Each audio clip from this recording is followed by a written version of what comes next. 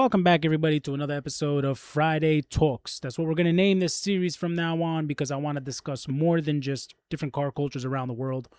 Although we're going to still be discussing that, I just like talking into the camera. I like bringing up different subjects. I'm not a matter expert. I'm not an expert in this matter for whatever the hell the correct terminology is. I just like to pick up on things and get other people's opinions and see if we can have a discussion in the comments section while we're doing it. So, one interesting fact that I learned recently is that furries are an interesting group of individuals that you can network with if you're trying to get a job in tech. Pause. Because a lot of them spend a lot of money on their costumes, like those things ain't cheap, and a lot of them work in tech. Whatever somebody does after 5 o'clock, I don't give a rat's back bottom. As long as you're not coming into work like hungover and like all jacked up and ish and you can't do your job right, I personally don't care. This day is going to be the end of me. As I was saying, whatever you do after 5 o'clock, I personally don't care. It doesn't concern me. Just as long as you're not coming into work all, oh my God, dude.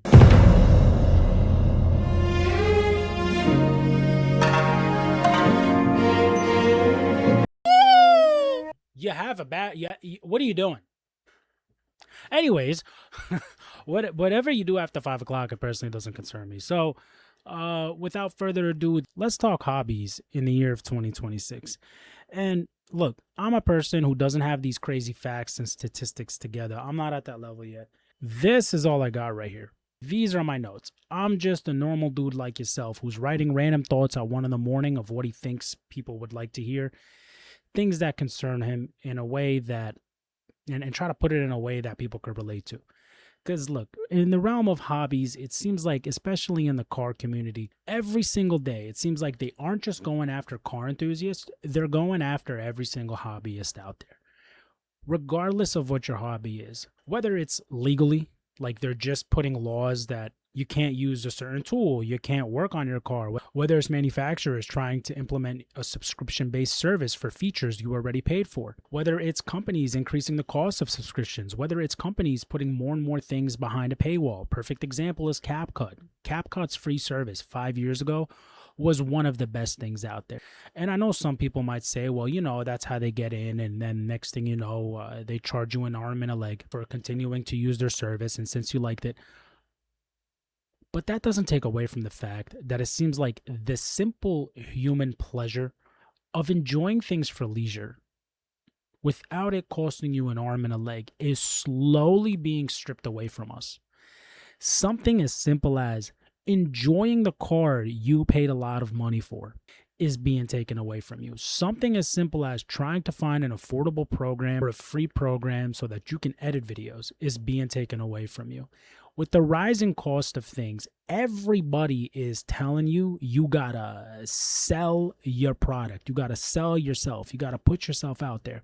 And more people are being pushed to this because of the rising cost of life. And it saddens me because I've seen some of my favorite car influencers, bro. Like some of these guys that were just like regular dudes with a nice car who simply shared what they love, be pushed into 5 out of 7 of their videos are their TikTok shop ads. They started making a YouTube channel so that they can make more money. And you can see how that drains them. You can see how this is no longer something they enjoy. You can see how this is something that doesn't really bring them pleasure anymore. And it takes away from that rawness of just a regular person with a camera doing their thing. It takes away from that rawness, the simple pleasure of doing something mindlessly. If you're enjoying art, if you're an artist who enjoys painting, drawing, for a lot of artists, things have become so expensive, they got no choice but to start selling their stuff. Posting videos, making edits, trying to sell it online, which is cool and all. But with some of the people that I do follow, you can tell that that model of creation in general, whether it's creating the art, whether it's creating the content, has taken away from the art because it's no longer becomes a passion project. it now becomes a chore, a task. We've been convinced as a whole that you should maximize your productivity. Your productive time should be, if you're up 12, 15 hours a day, you should be productive for 12 to 15 hours a day. We've been convinced that that's the new norm. That clocking in for 8 to 10 hours is not enough. And with that, I've been seeing it affect kids. Like, children have been affected by this. There are parents, whether it's social conditioning, whether it's school, whether it's social media, there are a growing number of kids, and I know this because I got a lot of little cousins. There are a growing number of kids and teenagers whose parents, whose peers, whose teachers, who influencers crack down on them for simply doing things for fun. Like, hobbies shouldn't exist.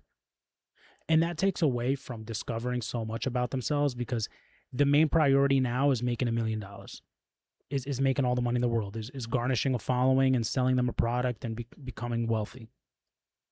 Take it from me, if you aren't passionate about something, you're not going to do a great job at it. That's just you're going to do the bare minimum and call it a wraps.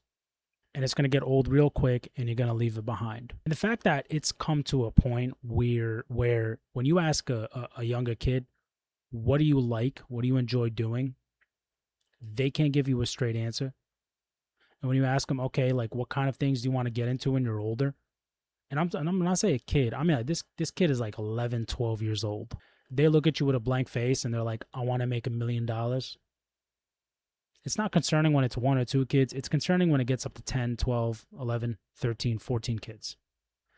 That's when it starts to get a bit concerning. Because now we've built up a generation that only values productivity, that doesn't value leisure, that are going to burn out incredibly quick because they have no outlet for their stress and frustrations. Kids that, for example, I mean, with any kind of hobby, whether it's knitting, cars, whether it's pottery, whether it's art, they're not going to learn patience. Because when bills are due and you need to make money out of this, you're going to take a lot of shortcuts in order to try to get to where you think you need to get. But when something really is a passion, you're going to take the time needed to learn the skills necessary to get good at it. And I'm not blaming them. I would never blame an age demographic for conditions that were forced upon them. I can't look at a demographic and be like, yo, this is your fault because you're an idiot. Because who convinced them of this? Who told them to sell their hobby? Who told them they have to become a product? Who told them that who showed them all that? And that answer is up to you to determine. Is it you?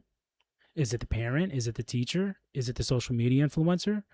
Was it TikTok, YouTube Shorts? Was it Reels? Was it Instagram? Was it Facebook?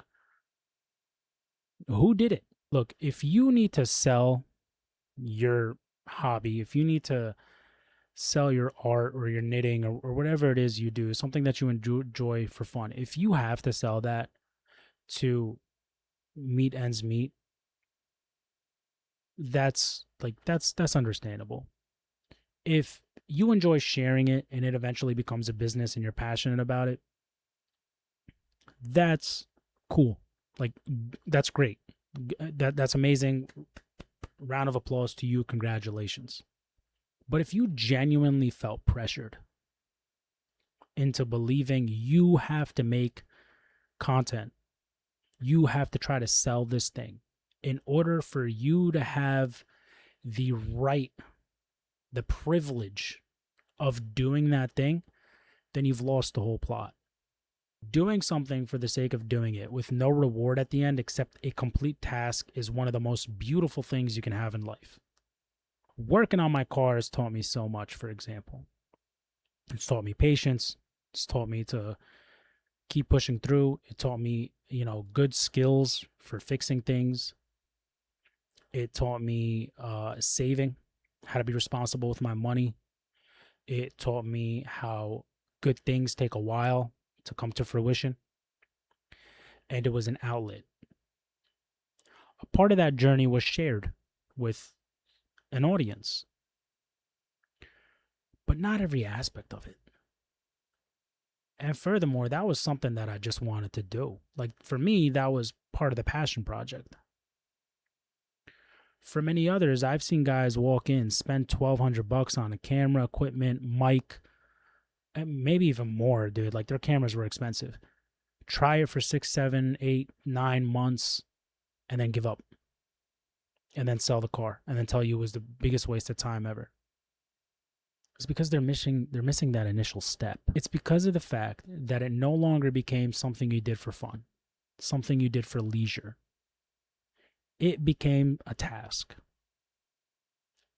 And at the end of the day, when something becomes a task, something you were once passionate about becomes a task,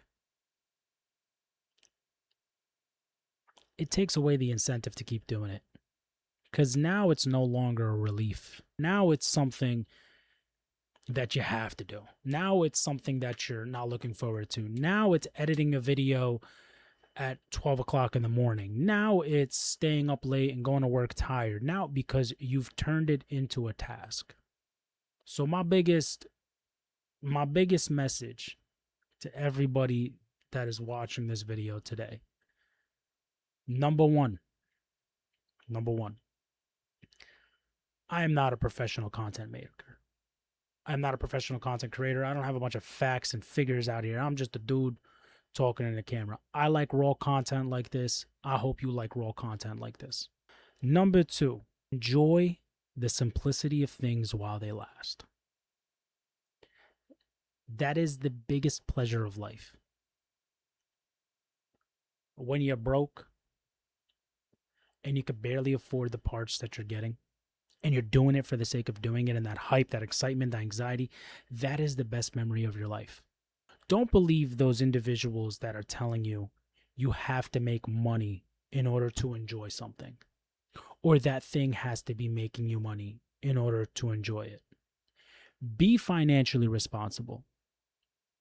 Be financially responsible. But at the same time, if you can fit leisure into your life, if you can fit empty time to just do something mindlessly, do it and enjoy it and be grateful for it. Because that in the year of 2026, that is a blessing. So if you like today's video, please like, subscribe, share, follow for more. Thank you for watching this episode of Friday Talks. I love you. Take care of yourself. And always remember, kiss your grandma on the cheek. Kiss your daddy on the cheek. Kiss your mother on the cheek. Give your sibling a hug. If you have a child, give them a nice big hug and tell them that you love them. Then take their iPad and dump it into the ocean and go have some quality time. And remember the life tip that I told you. Attend a furry event. You don't got to be dressed up as a furry, and network with some people that are in tech. It might work out. If you've done that, let me know.